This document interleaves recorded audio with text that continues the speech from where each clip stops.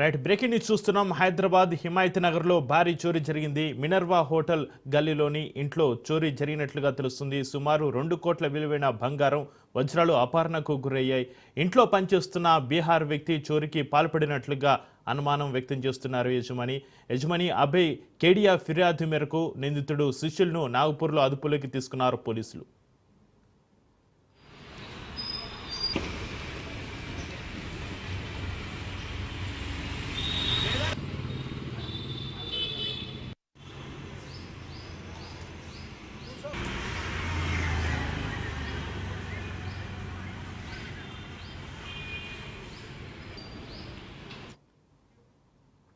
Right breaking news చూస్తున్నాం. హైదరాబాద్ హిమాయత్ నగర్లో భారీ చోరీ జరిగింది.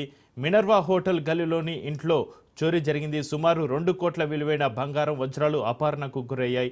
ఇంట్లో పనిచేస్తున్న బీహార్ వ్యక్తి చోరీకి పాల్పడినట్లుగా తెలుస్తుంది. యజమాని అభయ్ కేడియా ఫిర్యాదు మేరకు నిందితుడు సుశీల్ను నాగపూర్లో అదుపులోకి తీసుకున్నారు పోలీసులు.